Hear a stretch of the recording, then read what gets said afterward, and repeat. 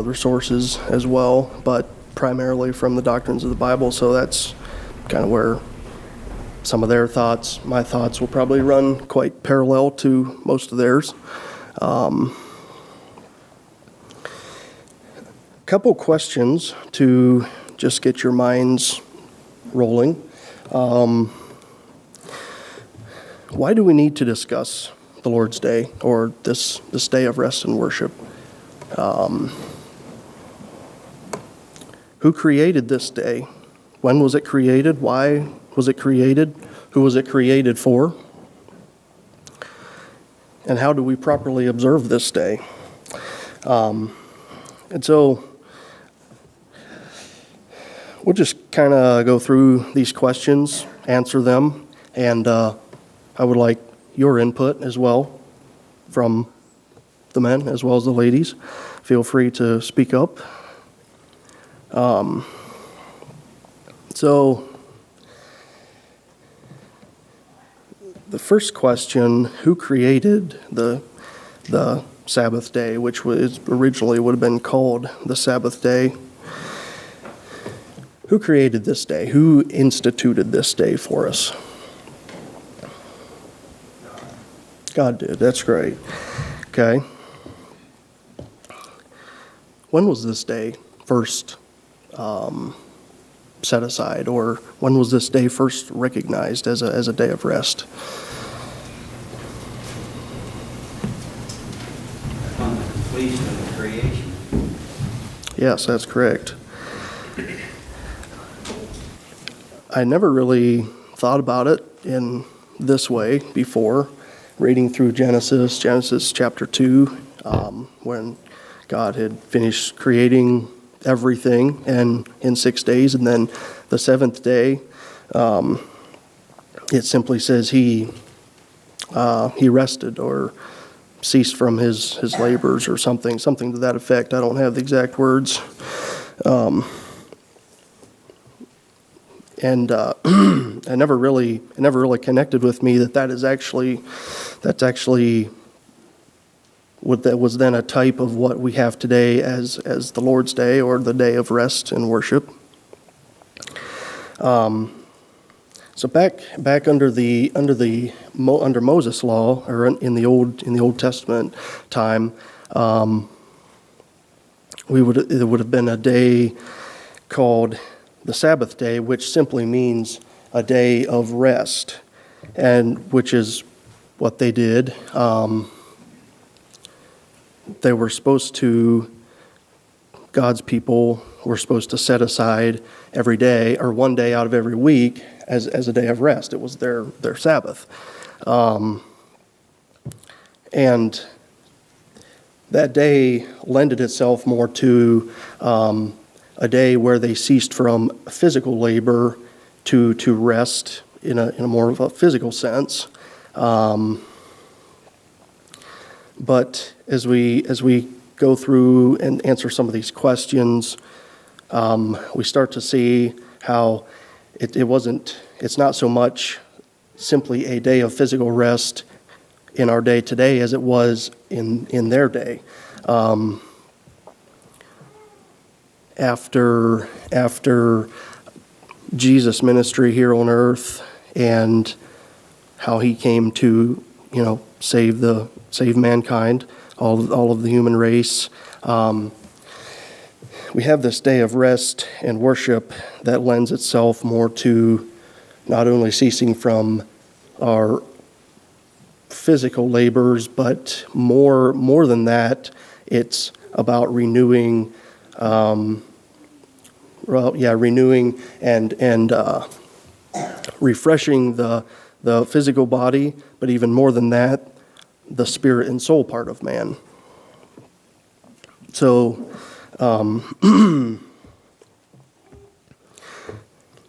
we answered the question: when was the Sabbath instituted? It was first instituted back at creation.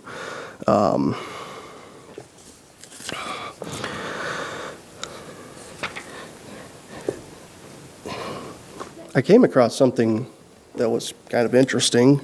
One of the commentators I was reading from brought up how that God has created mankind to be on we're created to be on a 7-day cycle.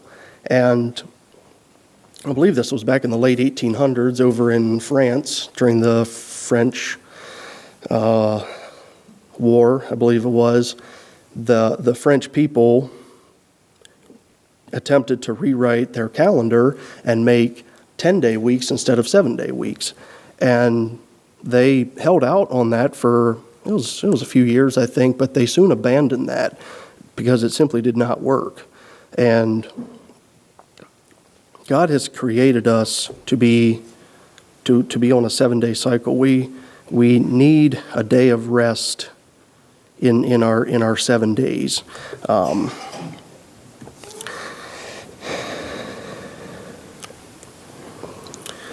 Who was the Sabbath created for?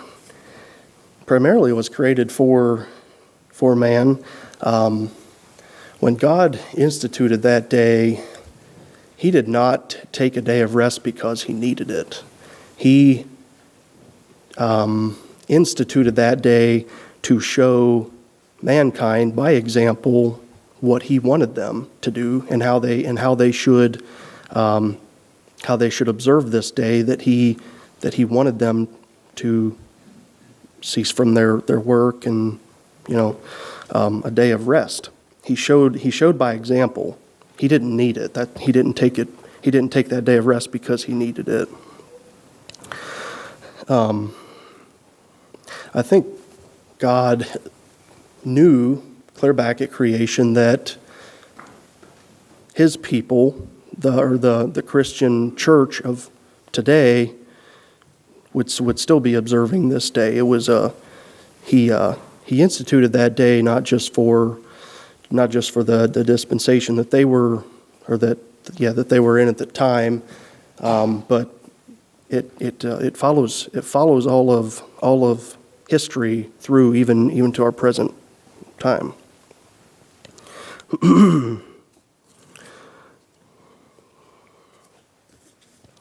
A quote from the Doctrines of the Bible. It says, "It has been demonstrated over and over again that man is not at his best physically and mentally when he ignores this provision for his well-being. Even cold, lifeless machinery does more satisfactory work when it gets its regular seasons of rest." I think that carries a lot of truth. Even more than just the physical rest that we take, every night. God has designed us that we need a day of rest, not just night of rest, but a day of rest. So as we think about this day, it's not so much the Sabbath day in our dispensation, but it's the Lord's day. I want some input from all of you, or any of you, rather. How should this day look that we call Sunday, and this day that we go to church and we go to friends' houses and families' houses and we eat a lot, and all this in our Mennonite ways. And probably some laziness could be added in there. How should this day look? How should Sundays look? What's your input?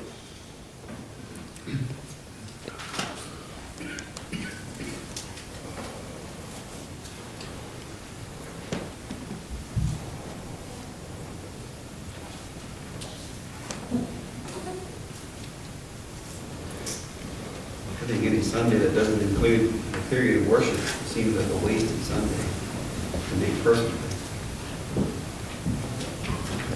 Okay.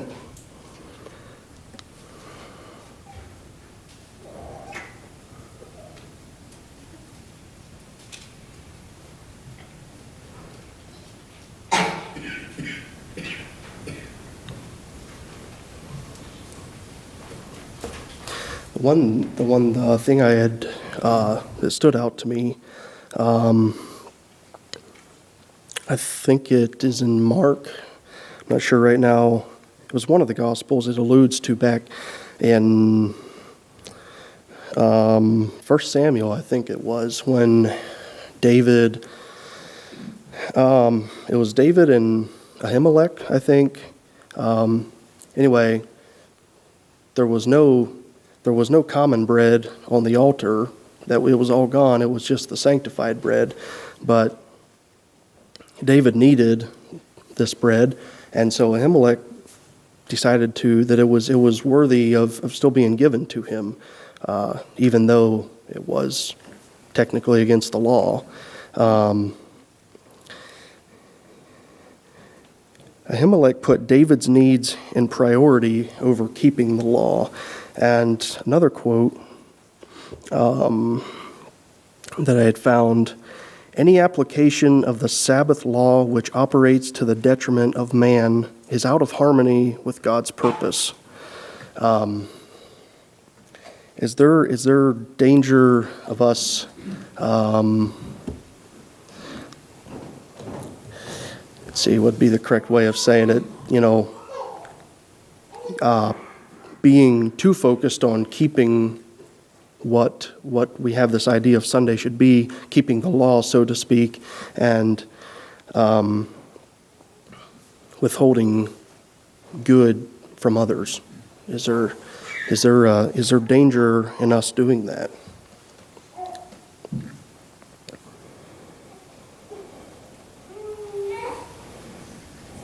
Well, it's not for naught that it says we need to get the ox out of the pit. But sometimes we better be careful and shove it in. Right.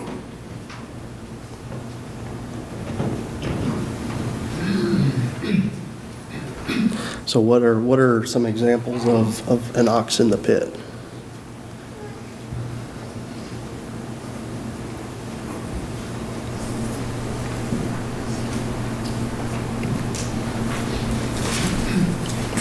Perhaps a car that's low on gas. Okay. When you had a good opportunity to follow the day before or a couple days before or something like that.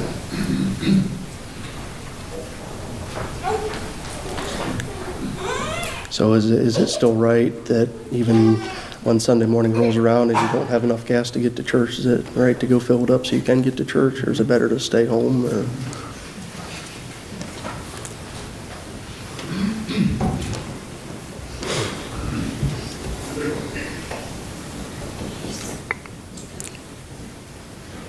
I guess one of the things coming to my mind is if we come to Monday feeling worn out and like we need a weekend just to refresh ourselves, have we really used Sunday the way we should have?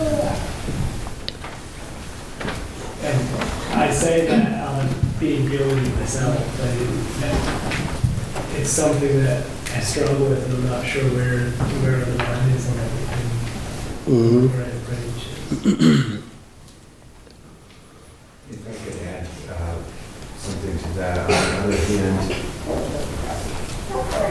it does take effort to listen carefully. It does take effort to think deeply about the Word of God. And if you have a long period of time, as it's good to do, and as I enjoy, as I like to do, sometimes it does leave me feeling worn out. Okay.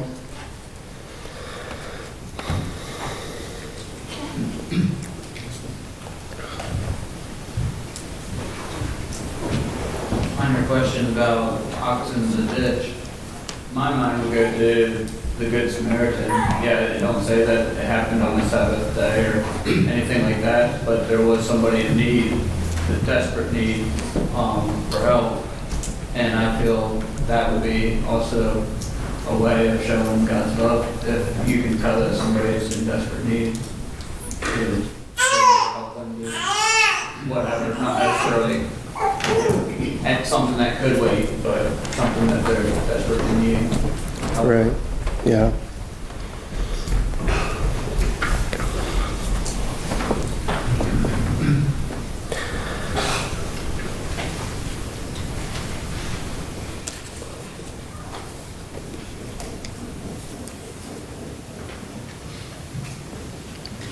For myself, I find it helpful to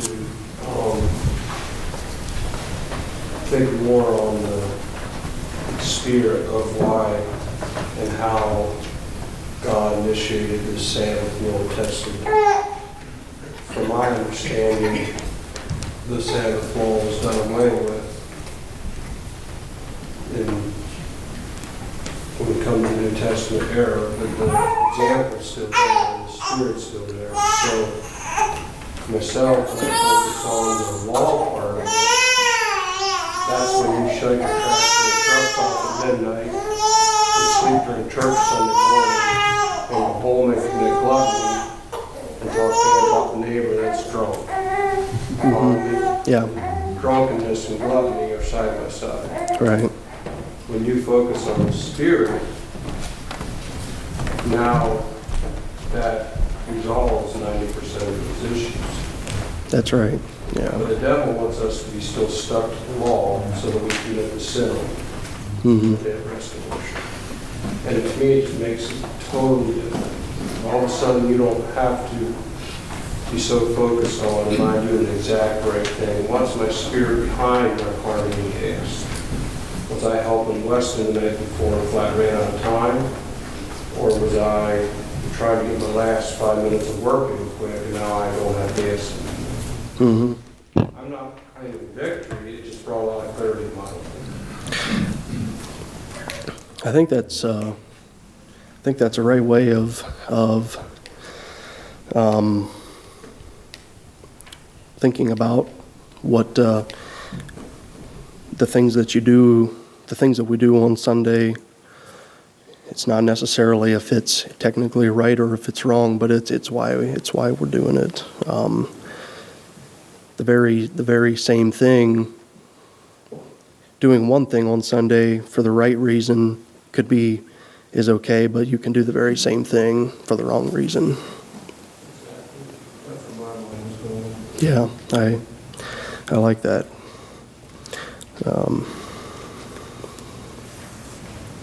I have a question. Maybe this is out left field. I have a serious problem with these semi-drivers starting off on a Sunday afternoon for their runs. I don't like that. You see it all the time, Mm-hmm. locally. Yeah. So you take off.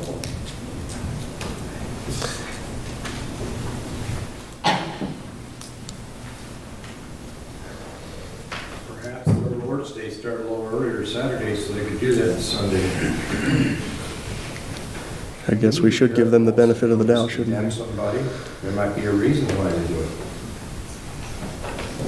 You know, maybe you wouldn't have the groceries at the grocery store, I don't know what you're referring to, but basically everything that gets to a store is probably got there by truck.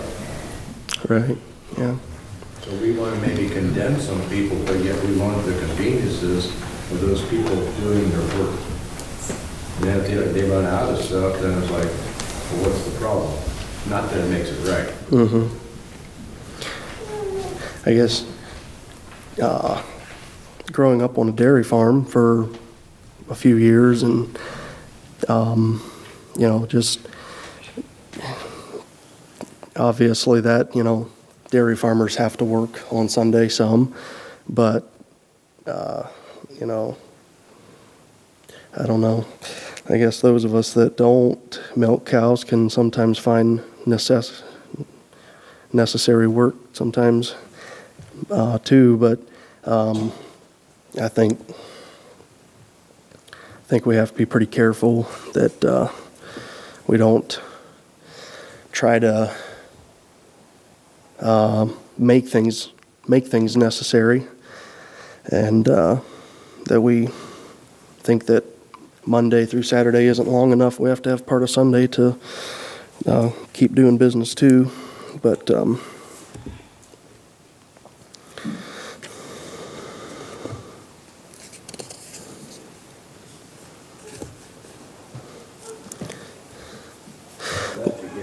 really don't endorse the semi-drivers doing that, but sometimes I'm quick to condemn what somebody else does, but what do I do that maybe is just as bad? Mhm. I guess my mind went to when Harold was saying that is, we don't think of going to work on Sunday, but yet someone is at work at that gas station where we're filling up with gas on Sunday. If we need it. You know, and sometimes the struggle, you know, how much do we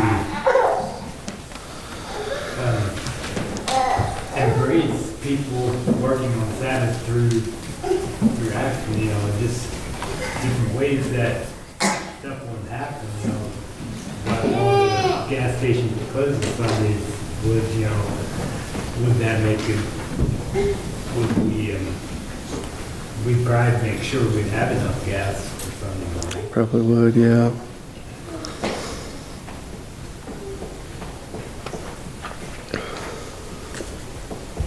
If you're gonna go down that road, then you better turn your electric off too.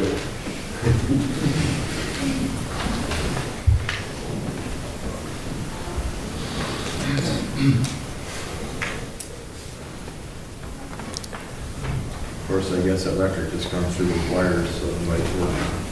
Yeah, nobody's making that on Sunday, I don't think.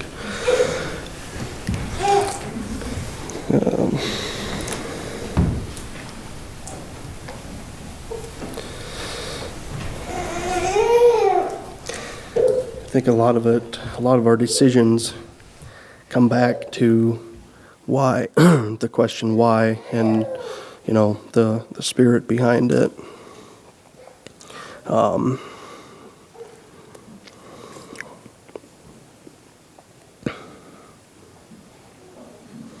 think one thing that we need to be careful of is we can make sure we do those things outwardly, but our mind can be going pretty fast and thinking of the business world on Sunday as well, making decisions or whatever, thinking on work.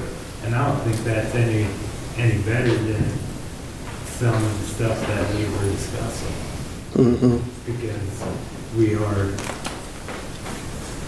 still using that day for our business. Yeah, I think that's right.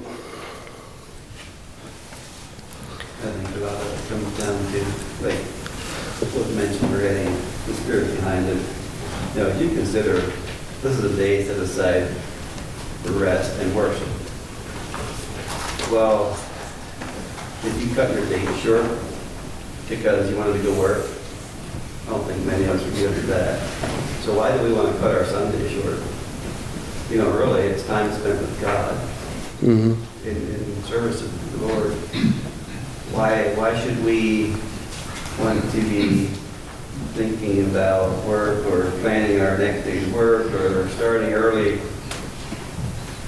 I mean, if that's a problem, we have a problem. I agree with that, yeah.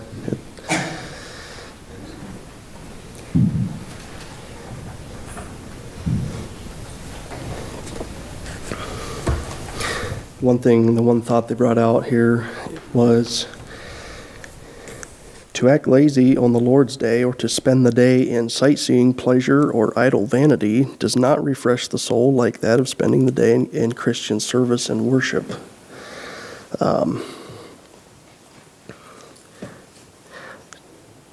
What about our Sunday afternoons and how we spend our Sunday afternoons and evenings? Is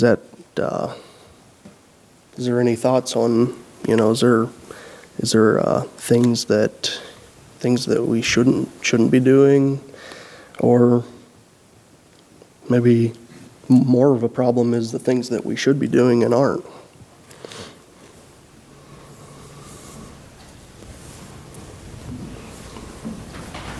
Or is it okay just to sleep Sunday afternoon away?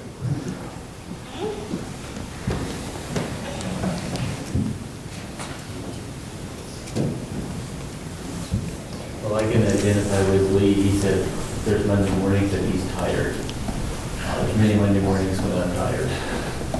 Right. And sometimes if I don't get enough Sunday afternoons, that affects the whole week. Mm-hmm. But my heart would be that we would use it for ministry, visitation, hosting, or ministry rather than selfish activities. We had an experience down in Mississippi one time. I was a little frustrated, but I wasn't in authority to make that decision. We had quite a few people on a DRS base, and we sang. We had a church service in the morning, and then we were going to have a hymn sing in the evening, so the afternoon was free. And it would have been they wanted to play volleyball, and policy is the volleyball.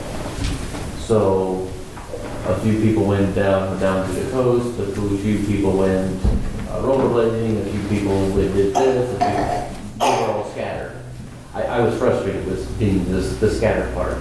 Now I don't know that volleyball was the answer, but somebody suggested singing. Well, we sang in the morning, we had church service, and we're singing tonight. Do we need to sing in the afternoon? I don't know. We could have. Mm-hmm. But you know the dilemma. I don't know that volleyball was the answer, but that's what they wanted to do. We told them no, so they scattered. So I was frustrated.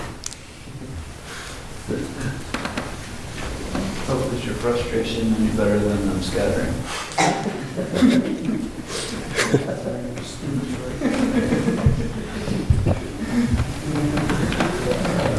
I guess I was frustrated that I didn't have a plan that we could do something together. Because there's times that we did go to the nursing home on Sunday afternoon.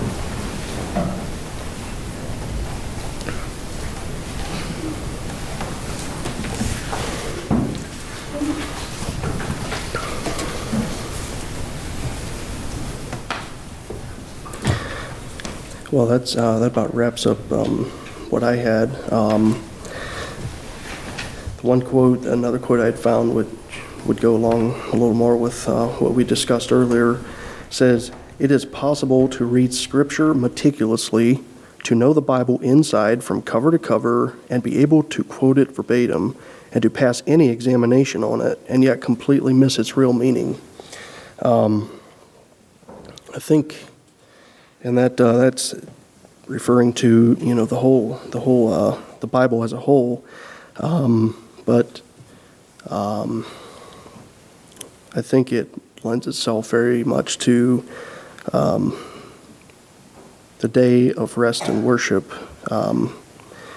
We can think we know everything that we should do and shouldn't do, and yet completely miss the whole meaning of Sunday and of what the Lord's Day should be.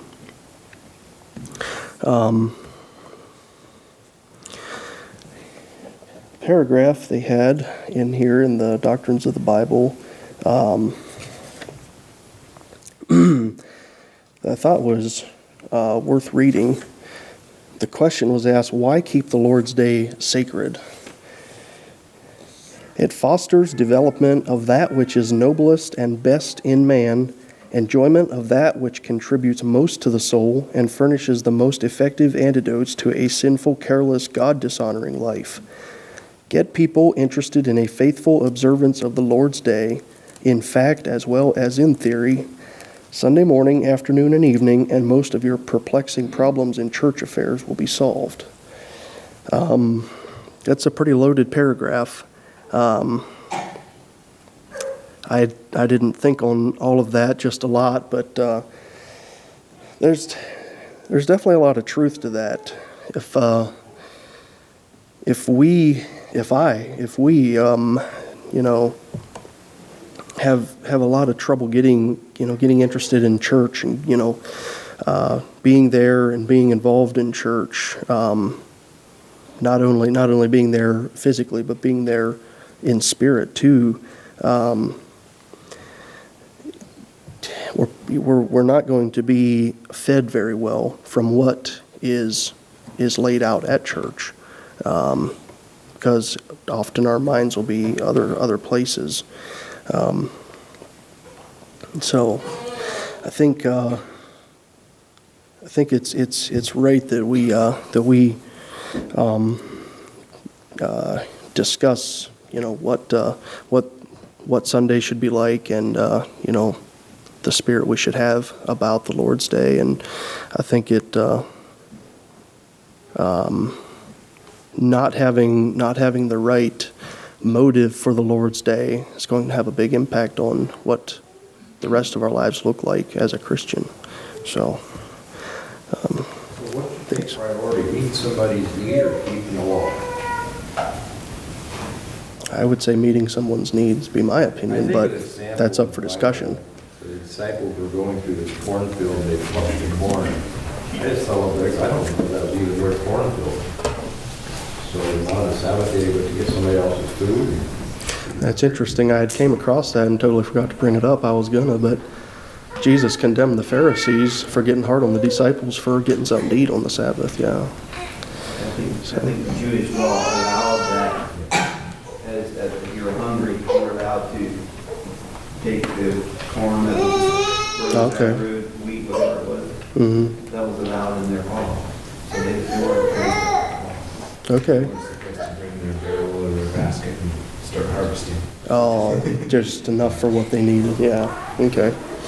Yeah. Bring some clarity to that. It was allowed in the Bible, but it wasn't allowed according to their church standards. Okay. Yeah. That's honestly what happened, in my understanding. Okay. I could be wrong on that. Mm-hmm. Yep. Okay, thanks for your input.